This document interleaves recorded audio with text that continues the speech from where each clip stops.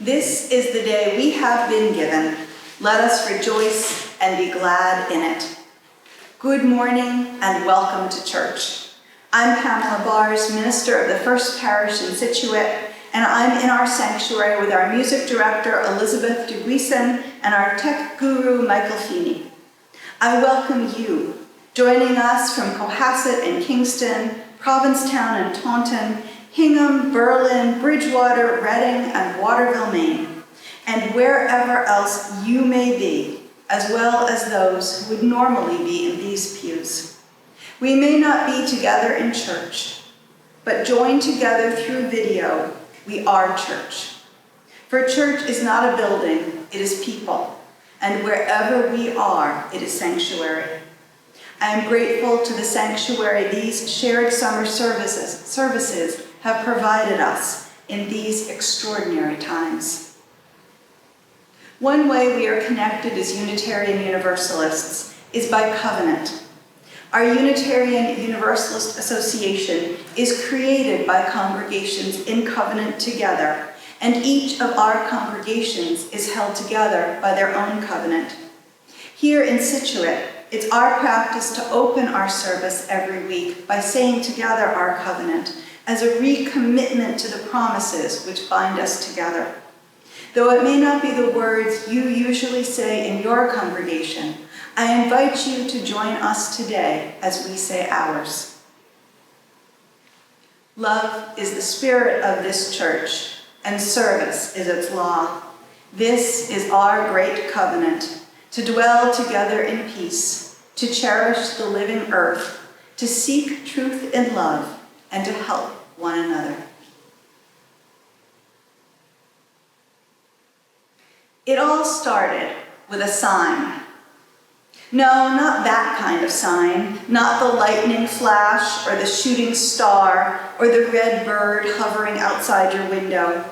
The sign did not come with the booming voice of the divine or even the still small voice, though actually I'm not sure about that. But the sign wasn't an omen. It was just a sign, a panel of wood hanging from a post in front of our church building in Scituate. But the sign was blank. Usually the sign holds a poster inviting the community to join us for Christmas Eve services or religious education, our Blue Boat Coffee House, or the Snowflake Fair. But in March, with the church building closed, there were no invitations to offer. So the sign hung empty, a symbol of our dislocation and discouragement. Until a member of our congregation, Kate Glennon, inspired by people showing up to protest the deaths of George Floyd, Ahmaud Arbery, Breonna Taylor, and so many others, got thinking about what it means to show up. And she created a poster for our sign, which so moved people in Scituate that it's become a lawn sign, a t-shirt, and stickers for kids' laptops and backpacks. Here it is. Love shows up. To me, it's become a symbol of more than the moment. It offers deeper wisdom about what our tradition stands for and offers. So this morning, I invite you to think with me about the who, when, and why of love shows up. Let's begin our reflection on the power of love by singing the first two verses of Jason Shelton's hymn, Answering the Call of Love.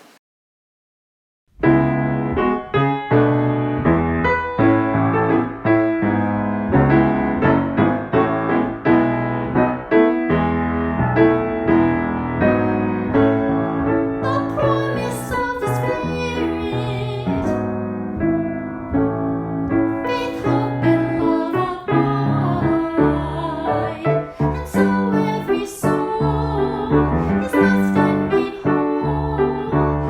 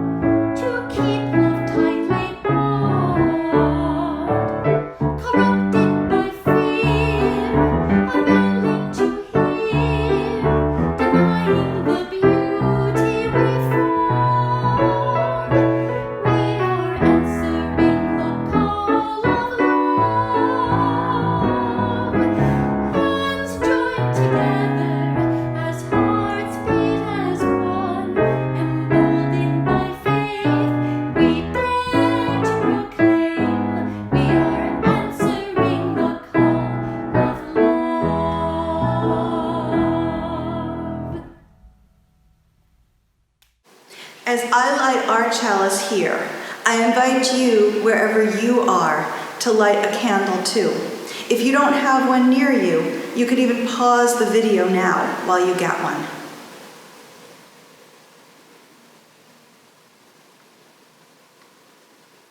Our hearts have heard the call of love and yearned to answer. May our flames be signs for us of the strength of that call within each of us and all of us burning bright.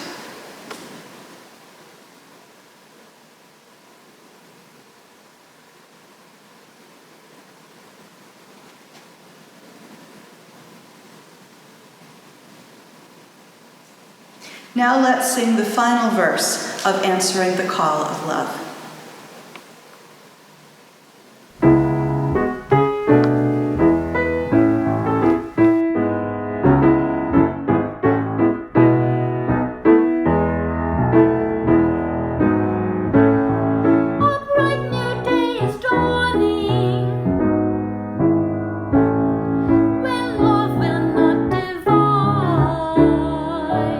Reflections of grace in every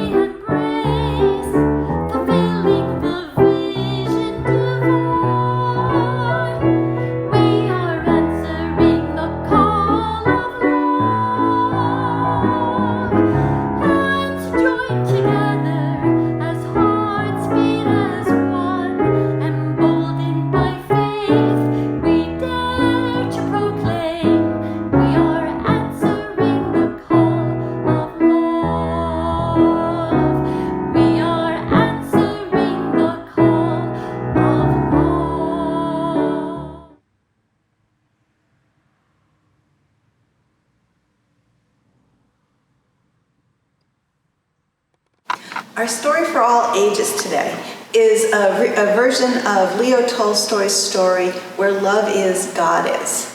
And if we were all in church together, I would invite the children and anybody else who wants to come closer, come down front with me, though today I'm in the back corner, so you could come and sit with me, but come a little closer and imagine that you're here as I tell you this story.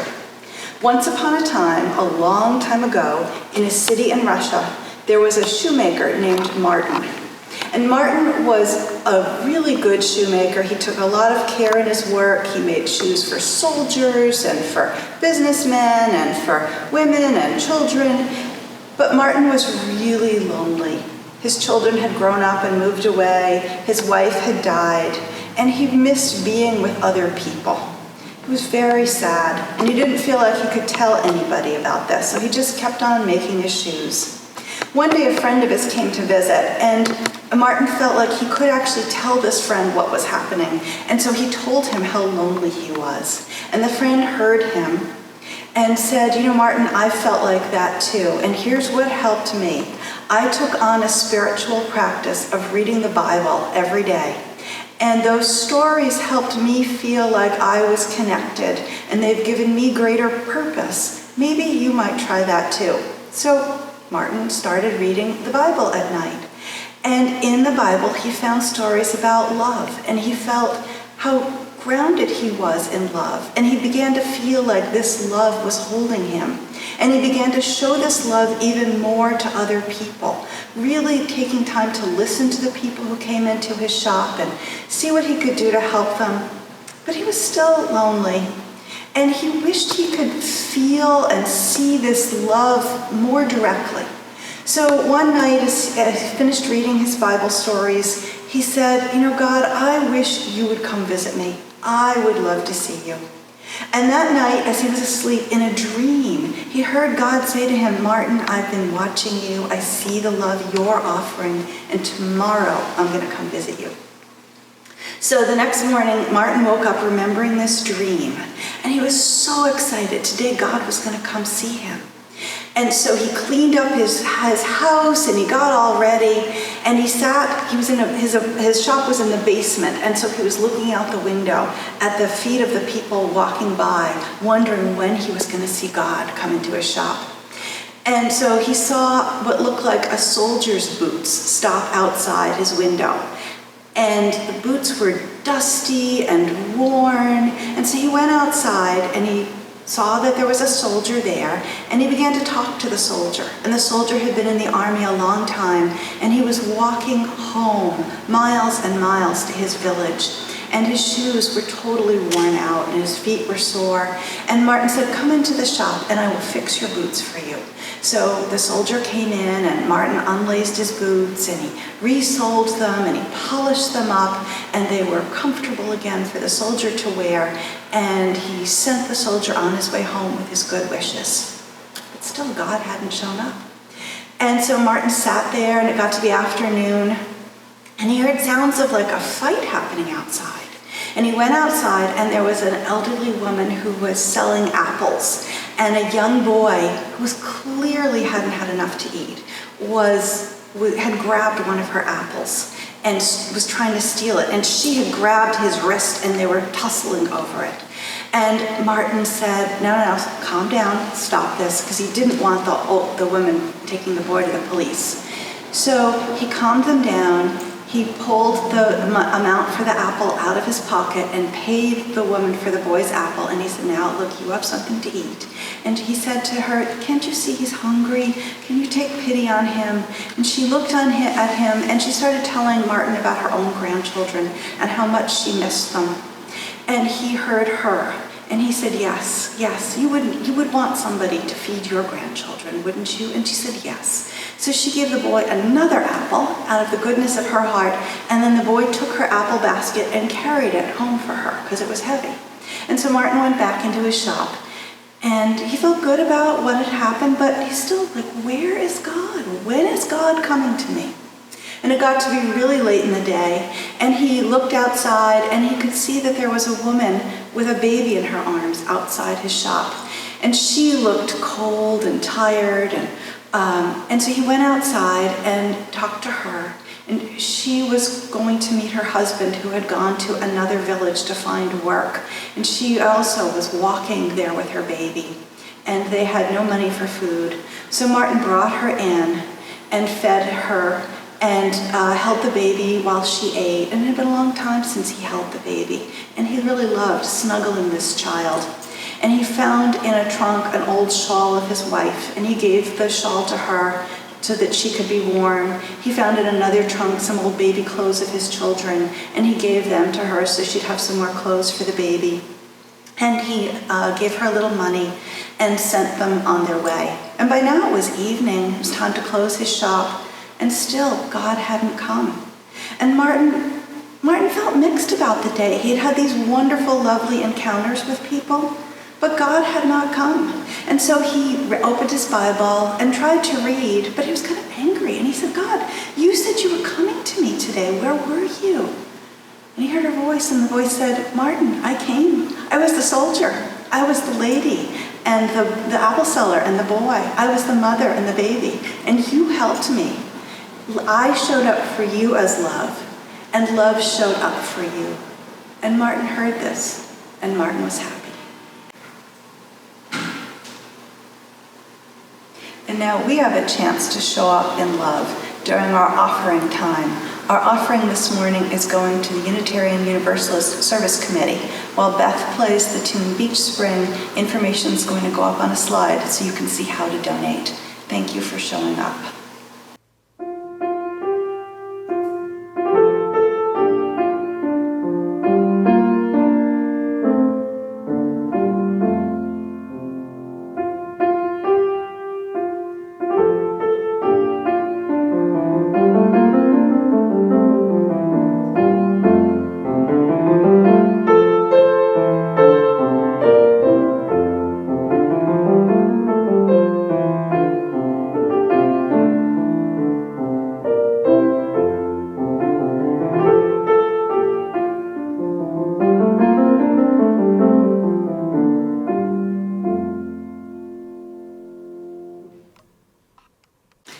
This is the time in the service where we share our joys and our sorrows with one another.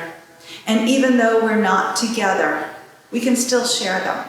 So I invite you now, wherever you are at home, to say aloud your sorrows, whatever is on your heart, naming them to somebody who's with you, if you have someone with you, or aloud to the universe.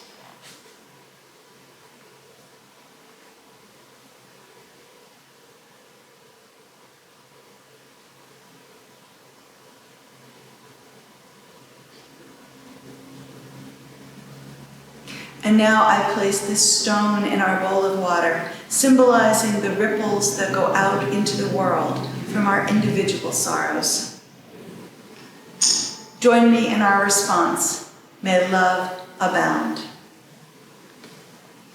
And now I invite you to name your joys to somebody who's near you or just aloud to the universe.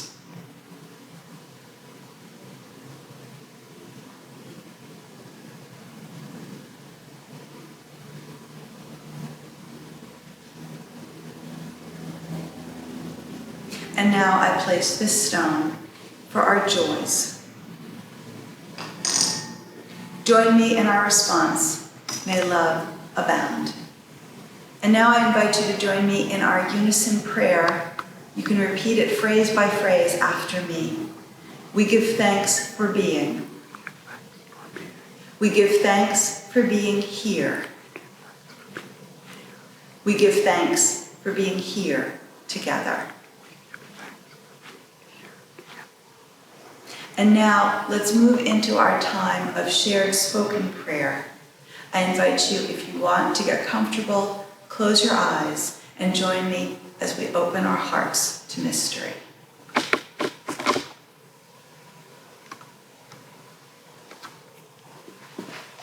We come here on Sunday mornings seeking a center, a calm center in the midst of the turbulence of our lives and of our world. This week especially, we are aware of the storms of the world, of Hurricane Laura, and of those who have fled that storm. We hold them in our hearts.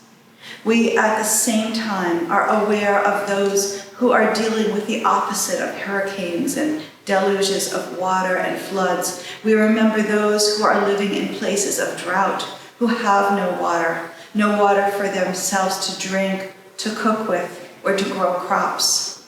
We hold them in our hearts also. We remember all who are dealing with extremes of weather, and we pray for the wisdom to deal with the necessities of climate change. We also remember those who are dealing with the storms of violence. We pray especially today for Jacob Blake and his children who witnessed what children should never have to see, for his family, and for others recovering from and mourning those killed in the violence in Kenosha, Wisconsin. We pray especially also for the members of the UU Church there, whose building was damaged by fires, and who had the courage, though, to stand still in solidarity with love and justice. We pray for all who stand with love and justice, with those who see the world as full of people of inherent worth and dignity, people all deserving love, respect, and opportunity. And we pray that we may count ourselves among those who act in those ways, who answer the call of love, who respond to injustice. We hold in our hearts, as always these days, those who have died of COVID-19, those who are suffering from it, those who are still recovering from it, and all who mourn those who have lost, who have died. We pray for those who are guiding, those who are responding, those who are making decisions about our health care, and for all who are not suffering from the disease itself, but from the after effects, the surround effects of it. Those who are suffering economically, those who are suffering emotionally, those who are afraid. We pray for our children and our youth as they prepare to go back to school, and for our teachers, that they may find these a place of safety as well as of the excitement of learning. We pray for our world, that in the midst of suffering, we may still find joy, find the beauty which will nourish us for the work and the days to come. In silence, let us now take time for our own individual prayers and meditation.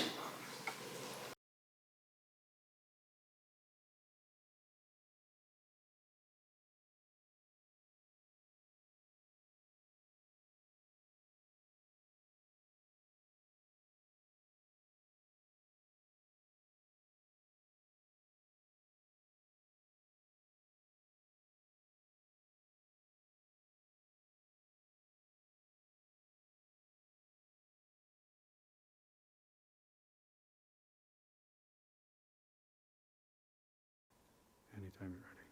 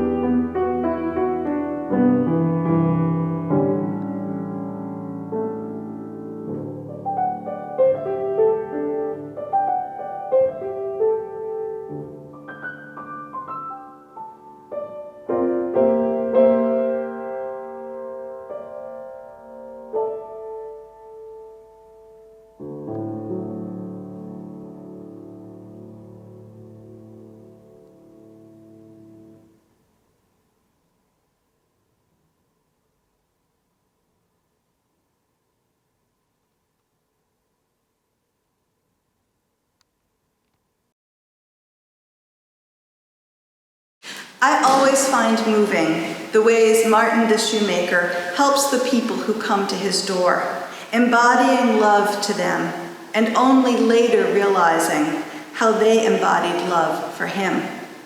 I also find moving the many stories of the ways people have embodied love for one another in these past months.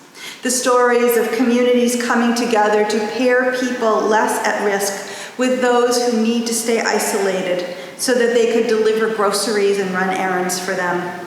The people who used stimulus checks to help others. The people who spend hours sewing masks and giving them away. Schools delivering meals to families who rely on them. The New Yorkers applauding and serenading the frontline workers each evening at 7 p.m. And then, after the death of George Floyd, the people turning out across the country, across the world, to demand justice, braving their isolation for a cause greater than their own health. We have seen love take flesh around and among us these past months. Love shows up. And I would guess, even if I don't know you, that you often show up as love in ways large and small. If we were together here, I might ask for a show of hands. How many of you picked up groceries for someone, called someone to check in, went to a protest, wrote a letter to your congressperson or another official, made a donation? Us UUs, we show up. We know that justice is what love looks like in public, as Cornel West says. But we also need to remember the other side, to let love show up for us. That's what struck me this time when I reread Tolstoy's story.